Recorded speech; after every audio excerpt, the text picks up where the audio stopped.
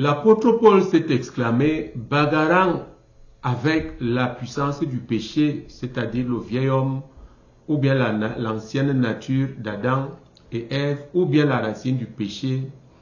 Misérable que je suis, qui me délivrera du corps de cette mort?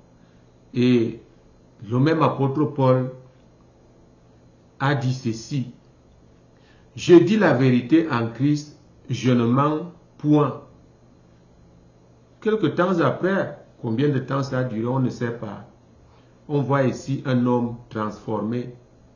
Eh bien, tu veux être transformé comme l'apôtre Paul et échapper ou sinon éloigner la puissance du péché de toi.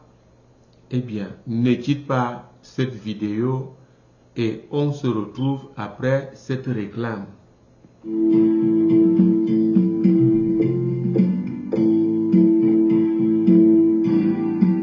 L'ISJC, l'intimité avec le Seigneur Jésus-Christ, l'assurance absolue du salut de ton âme. Alléluia, alléluia. Bienvenue à l'ISJC, l'intimité avec le Seigneur Jésus-Christ. Cette vision, ce ministère que le Seigneur Jésus-Christ a suscité lui-même, n'est-ce pas, ces derniers temps, et surtout avant l'enlèvement. Avant de continuer, nous allons prier. Dieu d'Abraham, Dieu d'Isaac, Dieu de Jacob, Père éternel, Seigneur Jésus qui est comme toi, tu es sans pareil. Tu es Dieu de miséricorde, tu es Dieu d'amour. Tu es aussi Dieu parfois redoutable, car nous ne créons pas ton nom. Merci, te rendons grâce pour les 24 heures de vie que tu as renouvelées à chacun d'entre nous. Moi qui parle ici et beaucoup qui me regardent, parce que ton soleil brille sur tout le monde et ta pluie arrose même les champs des méchants. Merci Seigneur pour cette opportunité que tu nous donnes de comprendre ce que dit ta parole, afin que nous puissions nous retrouver ce jour-là, le jour du Seigneur, irrépréhensible.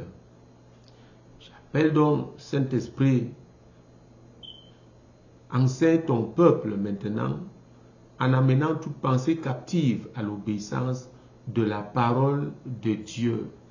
Je couvre le studio ici par le sang de Jésus-Christ. Et toi aussi qui me regardes, toi et toute ta famille, soyez protégés par le sang puissant de l'agneau qui s'est versé pour l'expiation du péché de l'humanité. Au nom puissant de Jésus-Christ, nous avons prié. Amen. Alléluia, alléluia. Bienvenue encore une fois de plus. Je vous aime de l'amour de Dieu et je suis très content de vous retrouver. Je sais aussi que les choses ne sont pas faciles. Mais vous savez, la seule consolation que nous puissions avoir, c'est en Jésus-Christ. En Jésus-Christ, je vais d'abord t'exhorter, toi qui n'as pas encore le Seigneur, de l'accepter. Il suffit d'entrer dans notre chaîne YouTube. Les vidéos sont là. Tu peux confesser, tout à fait confesser le Seigneur. Et oui, en même temps aussi, tu t'abonnes, abonne-toi à cette chaîne qui est l'œuvre du Seigneur Jésus-Christ lui-même. Et le Père va déjà, n'est-ce pas, se concentrer sur tes problèmes. S'il voit que tu recherches son Fils, il voit que tu aimes sa parole.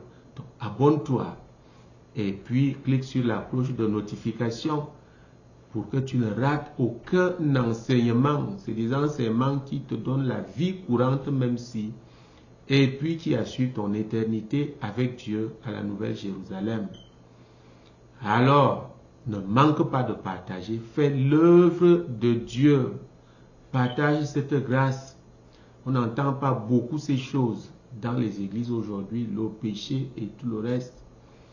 Alléluia. Dernièrement donc, nous avons parlé de la conscience. en tant que le moniteur de Dieu. C'est cette voix-là que tu entends. La première voix que tu entends, juste la première voix. Quand tu veux poser un acte, une voix te dit, si c'est un acte répréhensible, une voix te dit ne fais pas. Écoute cette voix et mets en pratique tout de suite. N'attends pas. Si tu attends, une autre voix va te dire fais. Tu vas encore faire comment? Il y a ça, il y a même ces paroles simplistes qui sortent de nos bouches. Je vais encore faire comment? Je vais encore faire comment? Vous comprenez? C'est le vieil homme qui augmente parfois même nos besoins, nos désirs. Il ajoute. Il veut que tu fasses ce que Dieu n'aime pas. Vous comprenez? Donc, nous avons vu ça dernièrement que notre conscience veille pour essayer de nous canaliser. Et ça dépend maintenant de tout un chacun. La conscience agit selon le degré de connaissance de la parole de Dieu. De la parole de Dieu.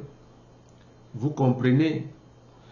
Celui qui connaît déjà vraiment la parole de Dieu n'a même plus moyen de tricher ou de commettre un péché parce que la conscience est tellement vive. Dès que tu veux seulement essayer, te dit ne fais pas. Alléluia, vous comprenez? Donc notre conscience nous met des garde-fous sur notre marche, alors la voix te parle avant. Cette voix peut aussi te parler après avoir commis un acte. C'est-à-dire que si la puissance du péché a eu raison de toi, tu fais ce qui est mauvais, la conscience maintenant va te dire tu as fait ce qui est mauvais. Vous comprenez? Ça c'est pour un chrétien normal qui craint quand même Dieu et qui peut encore faire des bêtises. Mais il y en a qui ne craignent plus Dieu et dont la conscience est déjà étouffée. Vous comprenez? Il pose un acte répréhensible, il s'en fout, il n'a plus de reproche à se faire. Donc, voilà, la solution se trouve en Jésus-Christ, dans sa parole. Vous comprenez? J'ai parlé à l'entame de l'apôtre Paul, qui pouvait s'exclamer, qu'est-ce qui me délivrera de ce vieil homme? Vous comprenez? Mais après, il a fait une déclaration qui étonne tout le monde. Il a pu dire, je dis la vérité en Christ, je ne mens point. Vous comprenez? Quelque chose a changé dans sa vie. Je suis ici pour que ta vie change. Pour que tu vives comme un chrétien spirituel. Que Jésus-Christ va venir enlever. Jésus-Christ ne viendra pas enlever des chrétiens charnels. Pourquoi? Parce que nous avons une seule chose à faire au paradis. Alors encore plus à la Nouvelle Jérusalem, ce sera d'adorer le Père. Or, dans Jean chapitre 4, le verset 23, le verset 24, il est écrit que ce sont ces adorateurs-là, en esprit et en vérité, que le Père recherche. Parce que Dieu est esprit. Il faut que ceux qui l'adorent, l'adorent en esprit et en vérité. Alors, tu crois que tu vas quitter ce monde, bon chrétien, et arriver là-bas, les autres adorent et toi tu n'adores pas, parce que tu n'es pas sorti de la chair. Le premier travail de l'Église, c'est de sortir le chrétien de la chair. Le chrétien doit sortir de la chair. Vous comprenez? En donnant tous les enseignements, on ne saute rien pour faire plaisir à certaines personnes, parce qu'ils donnent de l'argent à l'Église. Alors si on enseigne telle ou telle chose, si on enseigne sur le péché, si on enseigne sur l'amour des choses de ce monde, ils ne vont plus venir à l'église. Si on enseigne sur la sanctification, ces jeunes femmes-là qui mènent une certaine vie et qui versent beaucoup d'argent à l'église, elles ne vont plus venir à l'église. Non. Non, les serviteurs de Dieu qui font ça vont rendre compte. Ce n'est pas pour sauver les âmes, mais c'est pour les égarer. Enseigner toute la vérité et rien que toute la vérité. Et d'ailleurs, la parole de Dieu nous dit de ne pas enlever un seul iota. Ça veut dire quoi? Si tu couvres une vérité, tu viens d'enlever quelque chose. Alors la malédiction de Dieu te frappe. Personne ne peut te délivrer de cela. Donc voilà, toute la vérité doit être dite. Dernièrement, je disais que tu dois grandir. quand tu reçois le Seigneur, l'homme de Dieu doit te conduire sur toute la vérité. Il y a un chapitre de Romains chapitre 8, que tu dois par exemple lire. Tu vas commencer à faire attention, à rechercher ce changement. Mais je soulignais que ceci n'est que le début. C'est le premier niveau et c'est ça qu'on appelle l'église. C'est le premier niveau, c'est le parvis extérieur où tu as ces enseignements. Néanmoins, si tu as le Saint-Esprit, ça peut déjà t'aider, Je vais vous signaler une chose ici, c'est que le vieil homme m'a poursuivi jusqu'au ciel. Le vieil homme m'a poursuivi quand je suis allé avec le Seigneur. Il m'a poursuivi là-bas et il m'a dit rentrons, et il montrait le bas. Il m'a dit rentrons, je lui ai dit non, moi je vais là-haut. Je ne rentre pas avec toi. Il a fui. C'est pour te dire ton non à Satan le fait trembler. Ton non à Satan le fait fuir. Tu dis non à ce qui est mauvais, Satan prend la fuite. Mais ne caresse pas le péché. Ne caresse pas ces choses. Ça va te faire tomber. Eh bien, nous allons voir ici un exemple, n'est-ce pas, de la conscience. Notre conscience nous parle, notre conscience nous accuse, notre conscience nous reprend, notre conscience nous avertit. Allons voir par exemple, n'est-ce pas,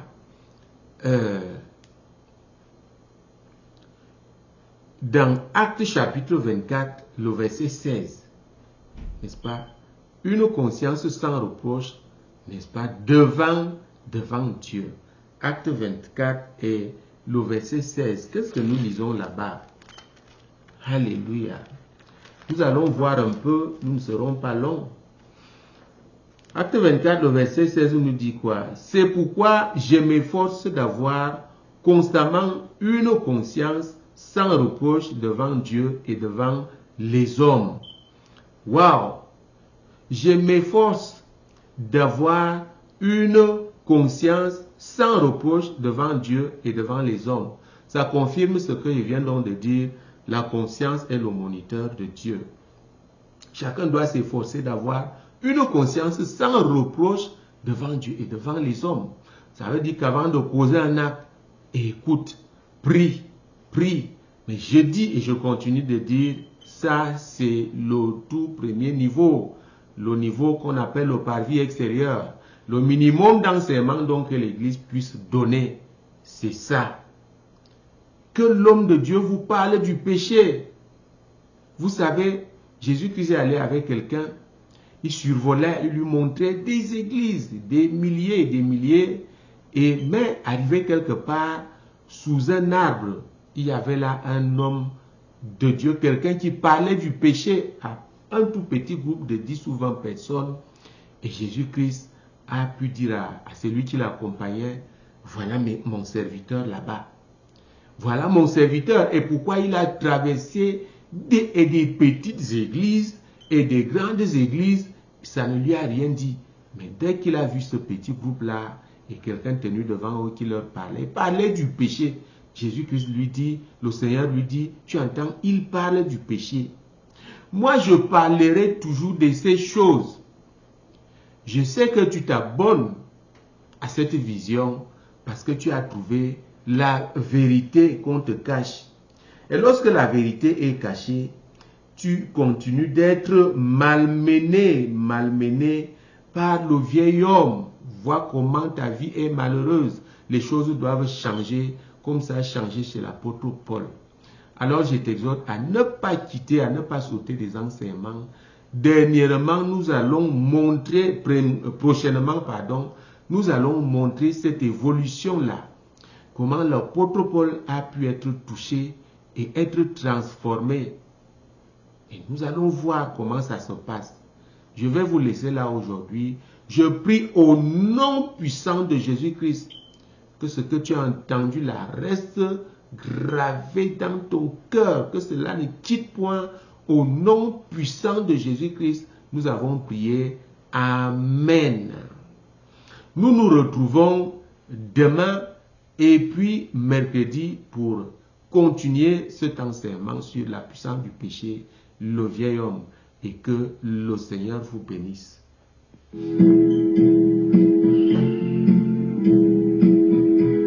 Jésus-Christ est vivant, Dieu n'a pas de fin et le miracle continue.